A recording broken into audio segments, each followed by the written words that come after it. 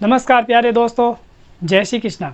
दोस्तों, मैं गिरधारी पालीवाल और मेरे YouTube चैनल के ऑनलाइन प्लेटफॉर्म पर एक बार फिर से आप सभी का हार्दिक स्वागत करता हूं। जैसा कि दोस्तों हमने शुरुआत की थी मैथमेटिक प्रश्नोत्तरी की और आज उसका चौथा वीडियो सेशन है। तो दोस्तों शुरू करते हैं आज की क्लास को। उससे पहले इस वीडियो को ज़्यादा से ज़्यादा शेयर कर दें, जिससे और विद्यार्थियों को भी इस वीडियो सेशन का फ़ायदा मिल सके। और जिन्होंने अभी तक इस चैनल को सब्सक्राइब नहीं किया है वो इसे एक बार ज़रूर सब्सक्राइब कर दे। तो दोस्तों शुरू करते हैं आज की क्लास को और क्वेश्चन आपकी स्क्रीन पर है। हाथ में पेन और कॉपी लेकर बैठे। तो दोस्तों क्वेश्चन आपकी स्क्रीन पर इस प्रकार है।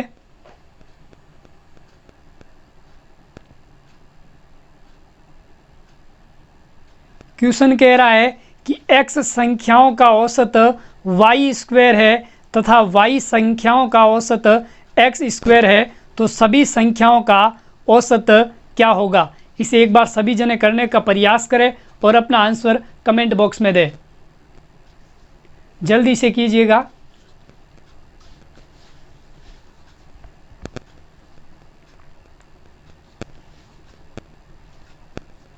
हो गया जी सर। देखिए आपसे क्वेश्चन में कह रहा है कि x संख्याओं का औसत y स्क्वायर, x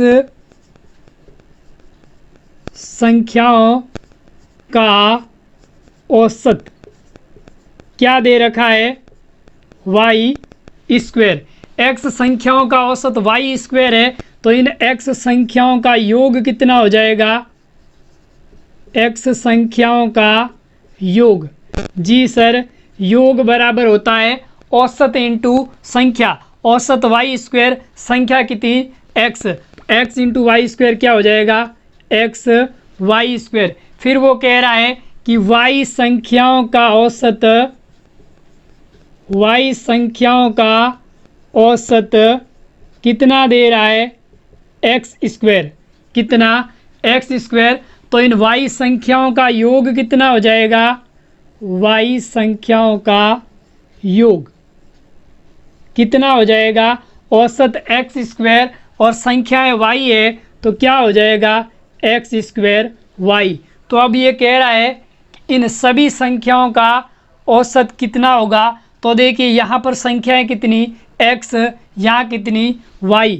तो इन दोनों x प्लस y संख्याओं का औसत, संख्याओं का औसत क्या हो जाएगा, औसत बराबर होता है संख्याओं का योग। तो यहाँ पर योग कितना है, x संख्याओं का योग एक्स वाई स्क्वायर और y संख्याओं का योग कितना, x स्क्वायर y बट्टा संख्या, यानी कि बट्टा राशियाँ। कितनी राशियाँ, दो। कौन सी, x प्लस y। क्या है, x प्लस y। तो औसत बराबर क्या होता है, राशियों का योग बट्टा राशियों की संख्या। x संख्याओं का योग एक्स वाई स्क्वायर, y संख्याओं का योग एक्स स्क्वायर y बट्टा कुल संख्या x प्लस y। इसे सॉल्व कर लीजिए। यहाँ से एक्स वाई कॉमन ले लीजिए। एक्स वाई कॉमन लिया तो y से एक y कट गया, x से x कट गया, पीछे क्या बचा, y प्लस एक्स स्क्वायर से एक x कट गया और y से y कट गया, पीछे क्या बचा, x बट्टा क्या बचा, x प्लस y। तो देखिए ये y प्लस x और x प्लस y आपस में कट गया, पीछे क्या बचा, x y। तो संख्याओं का औसत कितना आ गया, x y। एक बार इसका स्क्रीनशॉट ले ले।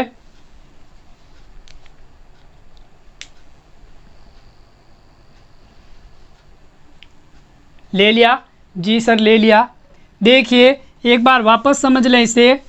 आपसे क्वेश्चन में कह रहा है कि x संख्याओं का औसत y स्क्वायर और y संख्याओं का औसत x स्क्वायर। तो इन सभी संख्याओं का औसत पूछ रहा है।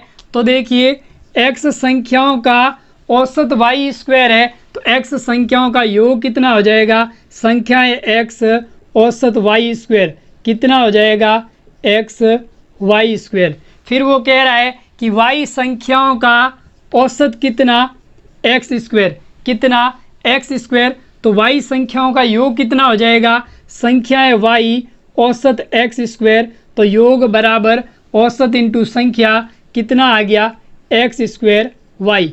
अब वो कह रहा है कि इन सभी संख्याओं का औसत कितना हो गया, तो एक्स संख्या वाई संख्या कुल संख्या कितनी एक्स प्लस वाई, इनका योग कितना, तो देखिए एक्स प्लस वाई संख्याएं हैं, योग क्या हो जाएगा X Y square plus X square Y बट्टा औसत बराबर क्या होता है संख्याओं का योग बट्टा संख्या, संख्याएं कितनी x plus Y.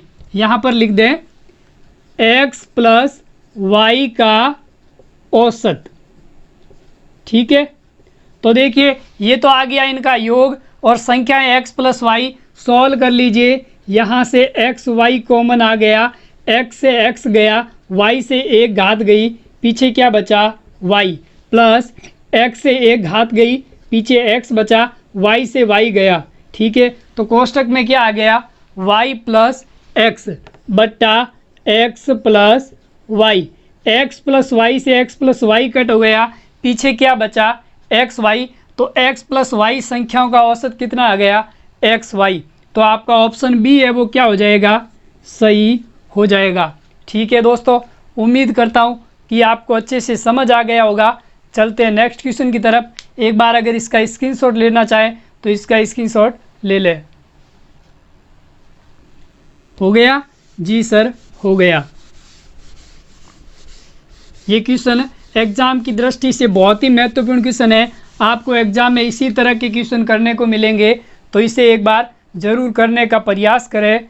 Next question है कि 5 संख्याओं की वह छोटी से छोटी संख्या ज्ञात करो जो 10, 12, 15 और 20 से पूर्णतः विभाजित हो। तो एक बार इसे सभी जने करने का प्रयास करें और अपना आंसर कमेंट बॉक्स में दें। जल्दी से कीजिए, पेन और कॉपी हाथ में ही रखिए, झट से आंसर अपना कमेंट बॉक्स में दे दीजिए कि इसका आंसर क्या आएगा। बहुत जनों का आंसर सही आ रहा है, कुछ जने करने का भी प्रयास कर रहे हैं। देखिए आपसे कह रहा है कि 5 अंकों की सबसे छोटी से छोटी संख्या ज्ञात करनी है जो 10, 12, 15 और 20 से पूर्णतः विभाजित है। तो सबसे पहले आप क्या करेंगे कि 10, 12, 15 और 20 का एलसीएम, 10, 12, 15 और 20 का एलसीएम लसप कितना हो जाएगा 10, 12, 15, 20 का एलसीएम कितना हो जाएगा 60। कितना हो जाएगा 60। देखिए 10 का भाग 60 में जा रहा है, 12 का भी जा रहा है, 15 का भी जा रहा है और 20 का भी जा रहा है। तो आपको एलसीएम निकालना आना चाहिए। किस तरह करते हैं वो भी आपको बता देता हूँ। देखिए 10, 12, 15 और 20, सबसे छोटी से छोटी संख्या का भाग लगा दीजिए। सबसे पहले 2 का भाग 10 में कितनी बार 5 बार, 2 का भाग 12 में कितनी बार 6 बार, 2 का भाग 15 में नहीं जा रहा है तो ऐसे का ऐसे, फिर 2 का भाग 20 में कितनी बार 10 बार, फिर सबसे छोटी से छोटी संख्या अभी भी 2 का भाग जा रहा है, 2 का भाग 5 में नहीं जा रहा है तो ऐसा कैसा लिख दीजिए, 2 का भाग 6 में 3 बार, 2 का भाग 15 में नहीं जा रहा है ऐसे ही लिख दीजिए, 2 का भाग 10 में कितनी बार 5 बार। फिर किसका जाएगा जी सर 2 के बाद में 3 का, 5 में नहीं जा रहा है ऐसा कैसा, 3 में 1 बार, 15 में कितनी बार 5 बार, 5 में नहीं जा रहा है ऐसे ही लिख दीजिए। अब किसका जाएगा 5 का, 1 1 1 1, तो क्या आ गया 2 दूनी 4, 4 तिया 12, 12 पंजे 60। तो एलसीएम कितना आ गया 60। अब आपको क्या करना है कि 5 अंकों की सबसे छोटी संख्या लेनी है। तो देखिए सबसे पहले क्या लेंगे 10,000, कितना ले लिया 10,000। अब आपका एलसीएम कितना 60 है तो इसके अंदर किसका भाग लगा दीजिए 60 का, किसका 60 का, 60 का भाग कितनी बार जाएगा जी सर 60 का भाग 1 बार, 60 एकम 60, 100 में से 60 गया पीछे कितना बचा 40। अब 1 0 इसे ले लीजिए कितना हो गया 400, 400 में 60 का भाग कितनी बार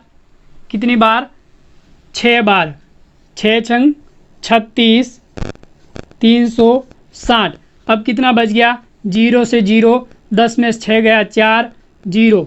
अब इस 0 को ले लीजिए, कितना हो गया 400। फिर 60 का भाग कितनी बार, 6 बार, कितनी बार 360, कितना बच गया 40। तो देखिए यहाँ पर शेषफल कितना बच गया 40। अब अगर यहाँ पर 20 और होता, यानी 40 में 20 की कमी, कितने की कमी 20 की, अगर यहाँ पर 40 की जगह 20 और ऐड करते 60 होता तो ये भाग पूरा पूरा चला जाता, यानी इसमें कितने की कमी 20 की। तो देखिए 10,000 प्लस 20 यानी कितना हो जाता 10,020। तो आपकी 5 अंकों की सबसे छोटी संख्या क्या हो जाएगी 10,020। तो आपका ऑप्शन है जो कौन सा, सी ऑप्शन आपका क्या हो जाएगा, सही हो जाएगा। एक बार इसका स्क्रीनशॉट ले ले।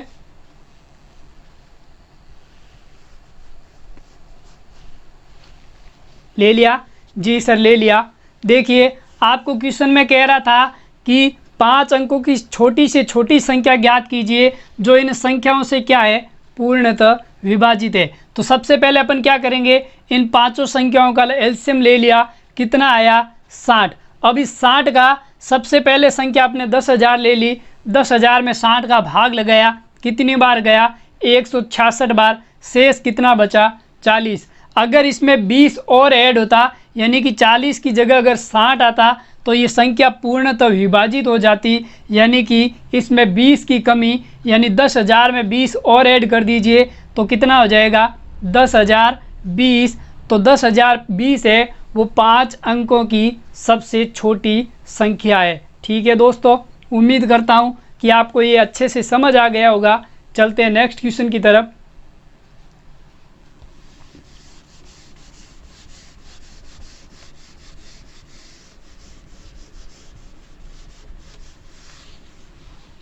नेक्स्ट क्वेश्चन आपकी स्क्रीन पर, 2 बर्तनों में नमक और पानी का अनुपात क्रमशः 7:2 तथा 7:11 है। यदि दोनों बर्तनों को मिलाकर किसी नए बर्तन में डाल दिया जाए तो नमक और पानी का क्या अनुपात होगा। एक बार इसे करने का सभी जने प्रयास करें और अपना आंसर कमेंट बॉक्स में दें।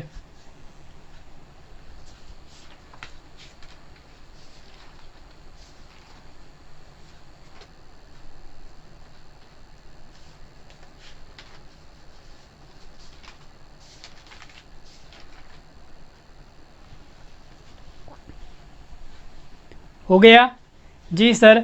देखिए आपको क्या कह रहा है, 2 बर्तन है जिसमें नमक और पानी का अनुपात दिया हुआ। पहले बर्तन में नमक का अनुपात, नमक और पानी 2 अलग अलग है।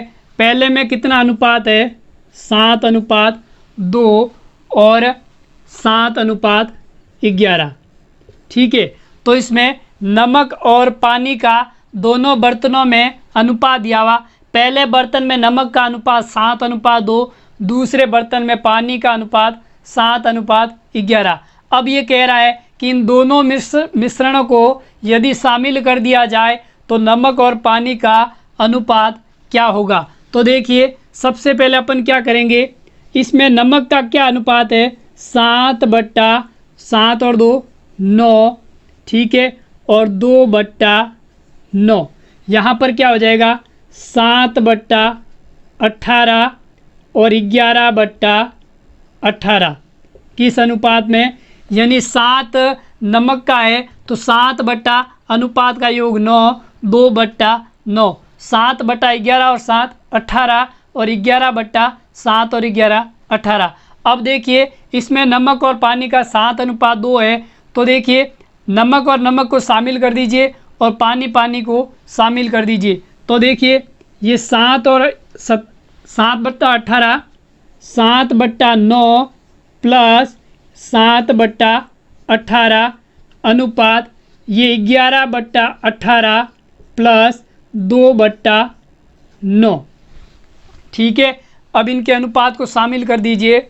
अब देखिए इनका एलसीएम क्या आ गया, 9 और 18 का एलसीएम कितना 18, 9 का भाग 18 में 2 बार, 2 × 7 कितना 14, प्लस 18 का भाग 18 में 1 बार, 1 × 7 कितना 7, अनुपात 18 और 9 का एलसीएम कितना 18, 18 का भाग 18 में एक बार 1 इंटू 11 कितना 11 प्लस 9 का भाग 18 में दो बार 2 इंटू 2 कितना 4, 18 से 18 कट हो गया 14 और 7 कितना हो गया 21 अनुपात 11 और 4 कितना 15, किससे कट रहा है 3 से 7 या 21 और 3 पंजे 15, तो नमक और पानी का अनुपात कितना आ गया 7:5। तो आपका बी ऑप्शन क्या हो जाएगा सही हो जाएगा। एक बार इसका स्क्रीनशॉट ले ले।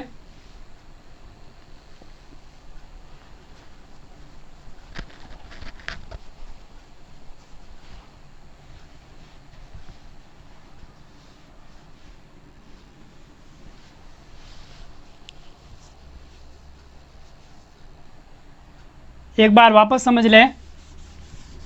देखिए आपको दो बर्तन दे रखे हैं जिसमें नमक और पानी का दोनों बर्तनों में अलग अलग अनुपात दे रखा है। पहले बर्तन में नमक और पानी का अनुपात कितना 7:2, दूसरे बर्तन में कितना 7:11, किसका नमक और पानी का अनुपात। अब क्या कह रहा है कि इन दोनों मिश्रणों को शामिल कर दे तो नमक और पानी का अनुपात क्या होगा। तो देखिए यहाँ पर 7/7 और 2 कितना 9 अनुपात 2/7 और 2 कितना 9, कुल मात्रा यहाँ पर 7/11 और 7 कितना 18 अनुपात 11/11 और 7 कितना 18। अब देखिए इसमें नमक और पानी का अनुपात ये और इसमें नमक और पानी का अनुपात ये। अब दोनों को शामिल करना है तो नमक नमक के अनुपात को जोड़ दीजिए, कितना हो जाएगा 7/9 नमक और इधर नमक कितना 7/18 अनुपात इधर पानी 11/18 और इस वाले मिश्रण में कितना 2/9। अब सॉल्व कर लीजिए। 9 और 18 का एलसीएम कितना 18, 9 का भाग 18 में दो बार 2 इंटू 7 कितना 14 प्लस 18 का भाग 18 में एक बार 1 इंटू 7 कितना 7 अनुपात 18 और 9 का एलसीएम कितना 18, 18 का भाग 18 में एक बार 1 इंटू 11 कितना 11 प्लस 9 का भाग 18 में दो बार 2 इंटू 2 कितना 4, 18 से 18 कट हो गया 14 और 7 कितना 21 अनुपात 11 और 4 कितना 15, किससे कट रहा है 3 से 3 सत्ते 21 3 पंजे 15। तो नमक और पानी का अनुपात कितना आ गया 7:5। बी ऑप्शन आपका क्या हो जाएगा सही हो जाएगा। एक बार इसका स्क्रीनशॉट ले ले। हो गया जी सर हो गया। चलते हैं नेक्स्ट क्वेश्चन की तरफ। उम्मीद करता हूं कि ये क्वेश्चन आपको अच्छे से समझ आ गया होगा। एग्जाम में आपको नमक और पानी दूध और पानी के मिश्रणों के अनुपात वाला क्वेश्चन ज़रूर आपको मिलेगा, तो दोस्तों इसे एक बार ज़रूर कर लेना। नेक्स्ट क्वेश्चन है। क्वेश्चन कह रहा है कि एक क्रिकेट खिलाड़ी की 20 पारियों का औसत कुछ था। यदि वह 21वीं पारी में 90 रन बनाता है तो उसके औसत में 2 रनों की वृद्धि हो जाती है, तो 20वीं पारी के बाद का औसत क्या होगा। एक बार इसे सभी जने करने का प्रयास करें और अपना आंसर कमेंट बॉक्स में दें।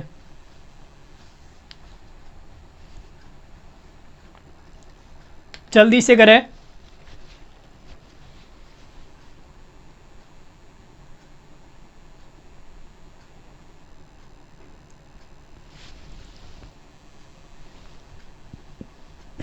हो गया जी सर। देखिए आपको क्वेश्चन में कह रहा है कि एक खिलाड़ी की 20 पारियों का औसत कुछ है, तो अपन मान लेते हैं कि उसकी 20 पारियों का औसत 20 पारियों का औसत कितना x, कितना x, तो उसके 20 पारियों के रनों का योग कितना हो जाएगा। 20 पारियों के रनों का योग कितना हो जाएगा। औसत इंटू संख्या, औसत x है, संख्या कितना 20, तो 20 इंटू एक्स कितना 20x। तो देखिए एक क्रिकेट खिलाड़ी के 20 पारियों की रनों का योग 20x बट्टा कुल पारियां कितनी 20, औसत कितना x। अब वो कह रहा है कि 21वीं पारी में वो क्या करता है, 90 रन और बनाता है। किस पारी में, 21वीं पारी में 90 रन और जुड़ गए, एक पारी बढ़ गई, कितनी हो गई, 21 पारियां। तो 21 पारी से उसके औसत में कितनी वृद्धि हो जाती है, 2 की वृद्धि हो जाती है। पहले औसत x था, 2 की वृद्धि x प्लस 2 पारियां हो गई 21। अब आपसे पूछ रहा है कि 20 पारी के बाद नया औसत क्या, तो देखिए सॉल्व कर लीजिए। 20x प्लस 90 बराबर 21, उधर गुणा में चला गया, 21 इंटू एक्स कितना, 21x प्लस 21 इंटू 2 कितना, 42। x की वैल्यू ज्ञात कर लीजिए, 21x माइनस 20x बराबर, ये 90 इधर रह गया, 90, ये प्लस का 42 इधर आके क्या हो जाएगा, माइनस का 42। 21x में से 20x गया, पीछे क्या बचा, x। 90 में से 42 गया, पीछे कितना बचा, 48। कितना, 48। तो x बराबर कितना आ गया, 48। अभी आपका आंसर नहीं आया है, क्योंकि ये जो x बराबर 48 है वो 20 पारियों के औसत है। आपसे क्वेश्चन में 20 पारियों के बाद का औसत पूछ रहा है, तो 20 पारियों तक औसत 48 है, तो 21वीं पारी का औसत, 21वीं पारी का औसत कितना हो जाएगा, 20 पारियों तक औसत 48 था, 21वीं पारी में 2 और बढ़ जाता है, 48 और 2 कितना, 50। कितना, 50। तो इसका औसत कितना हो जाएगा, 50। आपका सी ऑप्शन क्या हो जाएगा, सही हो जाएगा। एक बार स्क्रीनशॉट ले ले।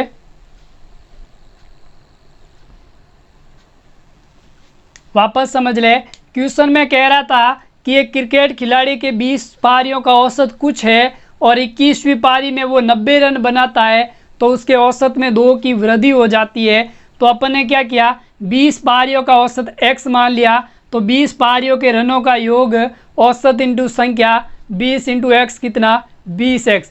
अब 20 पारियों के रनों का योग 20x, पारियां 20 थी, 21वीं पारी में 90 रन और बनाता है, तो एक पारी और बढ़ जाती है, कितनी हो जाती है, 21। जैसे ही पारी बढ़ी तो औसत में भी 2 का वृद्धि हो गई, यानी औसत कितना हो गया, x प्लस 2। सॉल्व कर लीजिए, 20x प्लस 90 बराबर 21 इंटू एक्स, 21x, 21 इंटू 2 कितना, 42। x की वैल्यू ज्ञात कर लीजिए, 21x, ये 20x उधर गया तो माइनस का 20x, ये 90, ये प्लस का 42 इधर आया तो माइनस का 42।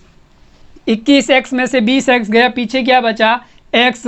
90 में से 42 गया, 48। तो x बराबर 48, यानी 20 पारियों का औसत 48 है। 21वीं पारी में औसत में 2 की वृद्धि हो जाती है, तो 48 प्लस 2 नया औसत क्या, 50। तो आपका सी ऑप्शन सही हो जाएगा।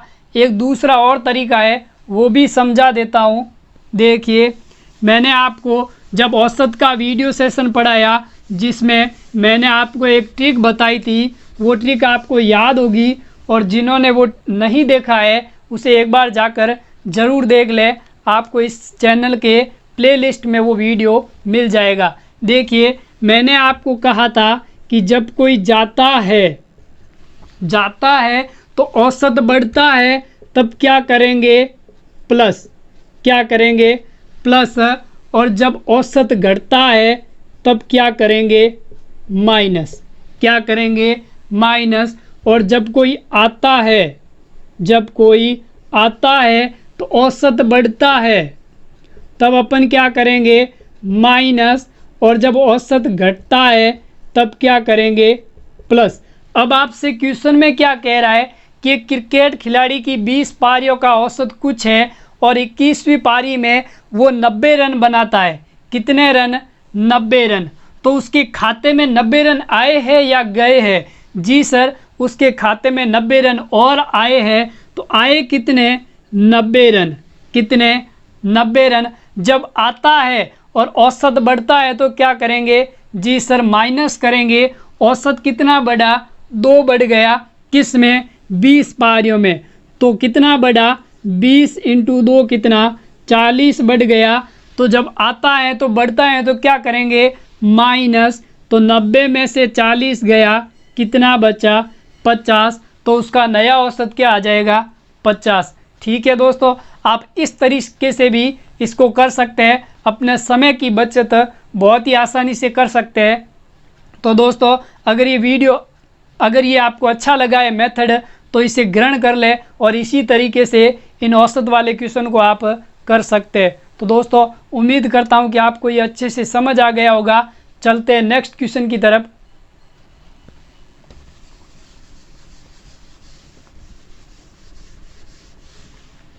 नेक्स्ट क्वेश्चन आपकी स्क्रीन पर, क्वेश्चन कह रहा है कि एक बेलनाकार बर्तन जिसके आधार की त्रिज्या 20 सेंटीमीटर है तथा वह 32 सेंटीमीटर ऊंचाई तक जूस से भरा हुआ है। जूस को 4 सेंटीमीटर त्रिज्या वाले बेलनाकार गिलासों में 8 सेंटीमीटर ऊंचाई तक भरा जाता है, तो ऐसे कितने गिलास भरे जा सकते हैं।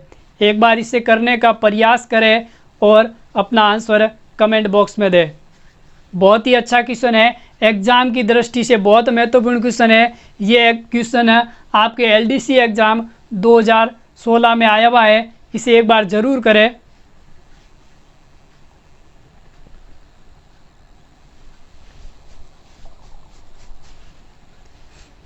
क्वेश्चन पर 5 स्टार लगा दीजिए, बहुत ही अच्छा क्वेश्चन है। बहुत जनों का आंसर आ गया है, जल्दी से सभी जने कीजिएगा। देखिए, जब भी आपसे क्वेश्चन में कभी भी किसी भी संख्या पूछे तो उसके लिए आप क्या करेंगे, सबसे बड़ी वाली वस्तु का आयतन, क्या फॉर्मूला लगाओगे, संख्या बराबर बड़ी वस्तु का आयतन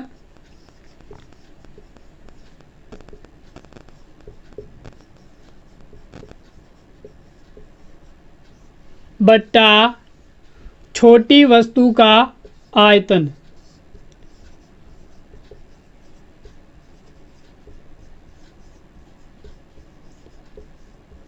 आपसे क्वेश्चन में क्या पूछ रहा है, क्वेश्चन में पूछ रहा है कि बेलनाकार बर्तन जिसके आधार की त्रिज्या 20 सेंटीमीटर व 32 सेंटीमीटर है, ऊंचाई तक जूस से भरा हुआ है। तो बर्तन कैसा, बेलनाकार है, तो इस बेलनाकार बर्तन का आयतन क्या हो जाएगा। तो देखिए, आयतन क्या होता है, बेलनाकार बर्तन का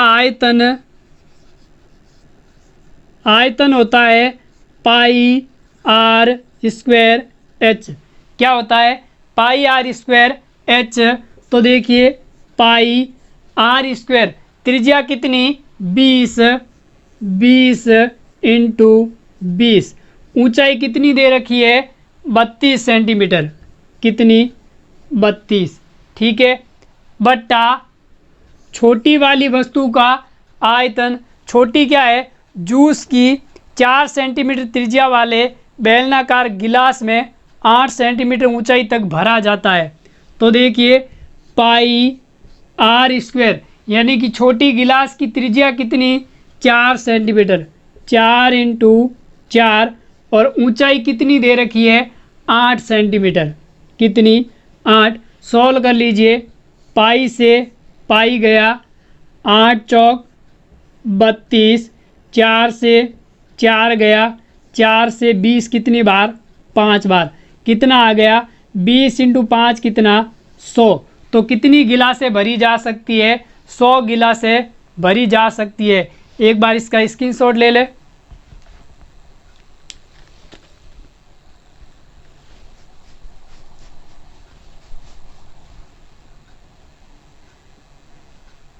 देखिए, आपको कभी भी क्वेश्चन में एक बड़ी वस्तु का आयतन दिया हुआ हो और छोटी वाली वस्तु के कुछ गिलास बनाने हो या किसी वर्गाकार बक्से में से कुछ बक्से काटने हो, तो उसमें संख्या ज्ञात करनी है, तो क्या करेंगे, बड़ी वाली वस्तु का आयतन बट्टा छोटी वाली वस्तु का आयतन। तो सबसे बड़ी वाली वस्तु बेलनाकार की है, तो बेलन का आयतन होता है पाई आर स्क्वायर एच। तो पाई आर यानी कि त्रिज्या कितनी दे रखी है, 20 सेंटीमीटर, 20 इंटू 20, ऊंचाई कितनी, 32 सेंटीमीटर। ठीक है। अब छोटी वाली वस्तु का यानी गिलास का आयतन कितना, कैसी गिलास है, 4 सेंटीमीटर त्रिज्या की और 8 सेंटीमीटर क्या है ऊंचाई, तो पाई आर स्क्वायर 4 × 4 × 8, 8 से 32 कितनी बार, 4 बार, 4 से 20 कितनी बार, 5 बार, और इस 4 से ये 4 कट हो गया, पीछे पाई से पाई कट गया, तो 20 × 5 कितना 100, तो कितनी गिलासें भरी जा सकती है, 100 गिलासें भरी जा सकती है। तो आपका आंसर है वो बी क्या हो जाएगा, सही हो जाएगा। उम्मीद करता हूँ कि आपको अच्छे से समझ आ गया होगा। चलते हैं नेक्स्ट क्वेश्चन की तरफ। इसका स्क्रीनशॉट ले ले एक बार। ले लिया जी सर, ले लिया।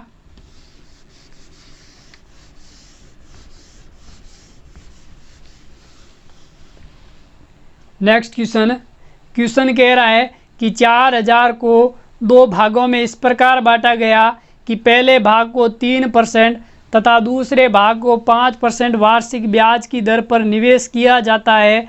यदि पूरे निवेश पर एक संपूर्ण वर्ष का सरल ब्याज 144 है तो पहले भाग की राशि ज्ञात कीजिए।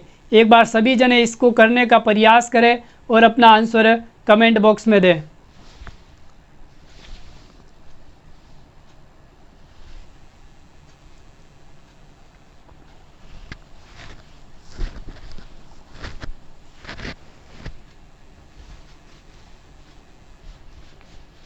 हो गया जी सर, कर रहे हैं, जल्दी कीजिए।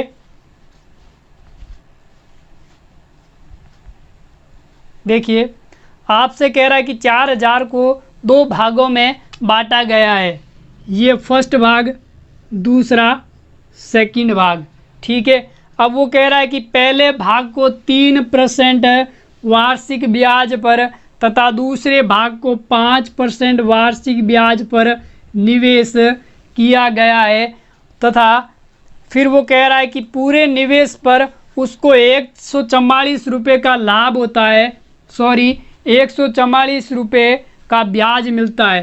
पूरे निवेश पर 144 का ब्याज मिलता है, तो ब्याज की दर कितनी होगी, पूरे निवेश पर 144 का ब्याज किस पर मिलता है, 4000 पर।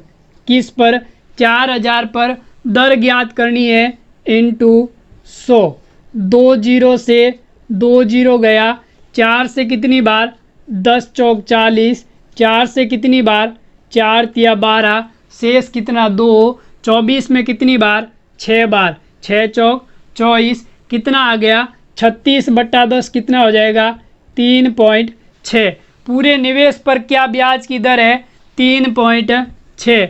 अब तो पता चल गया होगा इसको किस तरह से करेंगे। जी सर, एलिगेशन मेथड से। तो क्या कहता है एलिगेशन मेथड, बड़ी वैल्यू में से छोटी वैल्यू माइनस 5 में से 3.6 गया, कितना बच गया 1.4, कितना 1.4, 3.6 में से 3 गया, कितना बचा 0.6, कितना 0.6, पॉइंट से पॉइंट हटा दीजिए, ठीक है। अब संख्या किससे कट रही है, 2 से, 2 सत्ते 14, 2 तिये 6, ठीक है। अनुपात क्या आ गया 7:3। अब वो कह रहा है कि पहले भाग की राशि ज्ञात कीजिए। कुल दोनों भाग की राशि कितनी, 7 और 3 कितनी 10, तो 10 यूनिट किसके बराबर आएगा, 10 यूनिट 4000 के बराबर। तो 1 यूनिट किसके बराबर, 4000 बट्टा 10, 0 से 0 किसके बराबर, 400 के बराबर। तो पहले भाग की राशि कितनी है 7, तो 7 यूनिट किसके बराबर, 1 यूनिट 400 के बराबर, 7 यूनिट 400 इंटू 7, 7 चौक 28, 2 जीरो 2800 रुपये। तो आपका सी ऑप्शन क्या हो जाएगा, सही हो जाएगा। एक बार इसका स्क्रीनशॉट ले ले।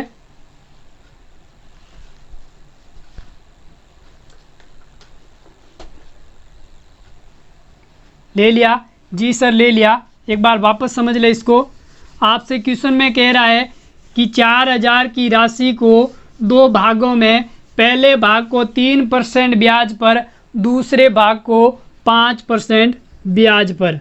ठीक है, अब वो कह रहा है कि पूरे निवेश में 140 रुपये का ब्याज मिलता है, तो पूरे निवेश की ब्याज की दर कितनी, 140 रुपये का, सॉरी कितना, 144 रुपये का ब्याज मिलता है, किस पर, 4000 पर। दर ज्ञात करनी है इंटू 100। 2 जीरो से 2 जीरो गया, 40 किस से, 4 से कितनी बार, 10 बार। 144 4 से कितनी बार, 4 तिया 12, 6 चौक 24, 36 बार। तो कुल ब्याज की दर कितनी, 36/10 कितना, 3.6। तो कितनी है, 3.6। एलिगेशन लगा दीजिए, 5 में से 3.6 गया, 1.4, 3.6 में से 3 गया, 0.6। पॉइंट से पॉइंट हटा दीजिए, 14:6 किससे कट रहा है, 2 से। 7 दूनी 14, 2 से 2 तिया 6। कुल राशि कितनी, 7 और 3 कितनी, 10। क्वेश्चन में कह रहा है 4000, तो 10 यूनिट किसके बराबर, 4000 के बराबर। तो 1 यूनिट किसके बराबर आ जाएगी, 4000/10। 0 से 0 गया, किसके बराबर, 400 के बराबर। अब आपसे क्वेश्चन में कह रहा है कि पहले भाग की राशि कितनी, 7। तो 7 यूनिट किसके बराबर आ जाएगा, 400 × 7 किसके बराबर, 7 चौक 28, 2 जीरो 2800 के बराबर। तो आपका सी ऑप्शन क्या हो जाएगा, सही हो जाएगा। उम्मीद करता हूँ कि आपको अच्छे से समझ आ गया होगा। चलते हैं नेक्स्ट क्वेश्चन की तरफ। उससे पहले इसका स्क्रीनशॉट ले ले जिन्होंने नहीं लिया है। ले लिया जी सर, ले लिया। बहुत ही अच्छे क्वेश्चन है। इसी तरह के क्वेश्चन आपको एग्जाम में करने को ज़रूर मिलेंगे, तो इन क्वेश्चनों की एक बार ज़रूर प्रैक्टिस कर लेना। देखिए क्वेश्चन कह रहा है कि 2 वस्तुओं का क्रय मूल्य 3000 है। पहली वस्तु को 10% हानि पर, दूसरी वस्तु को 20% लाभ पर बेचा जाता है और पूरे सौदे में 15% का लाभ होता है। तो 10% की हानि पर बेची गई वस्तु का क्रय मूल्य क्या होगा।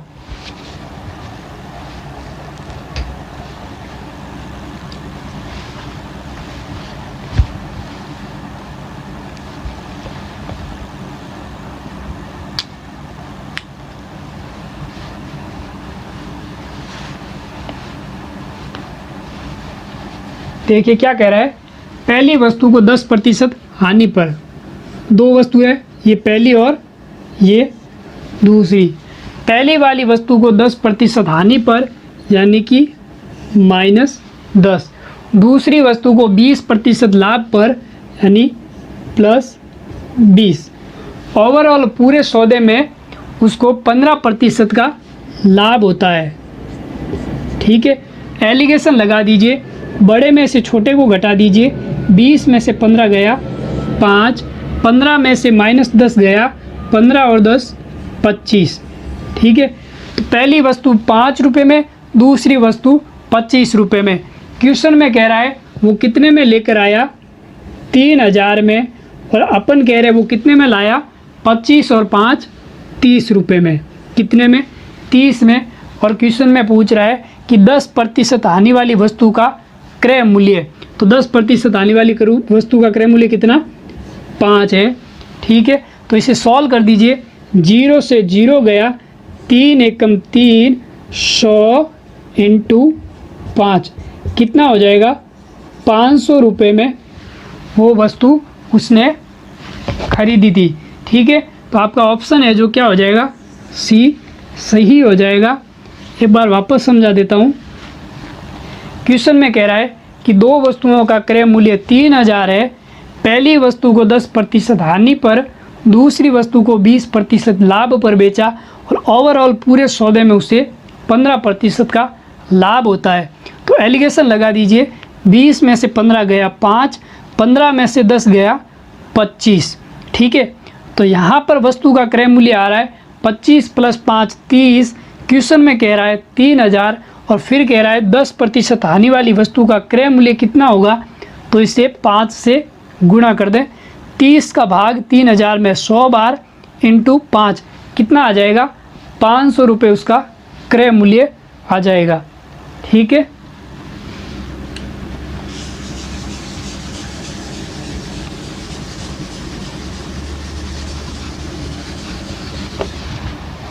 नेक्स्ट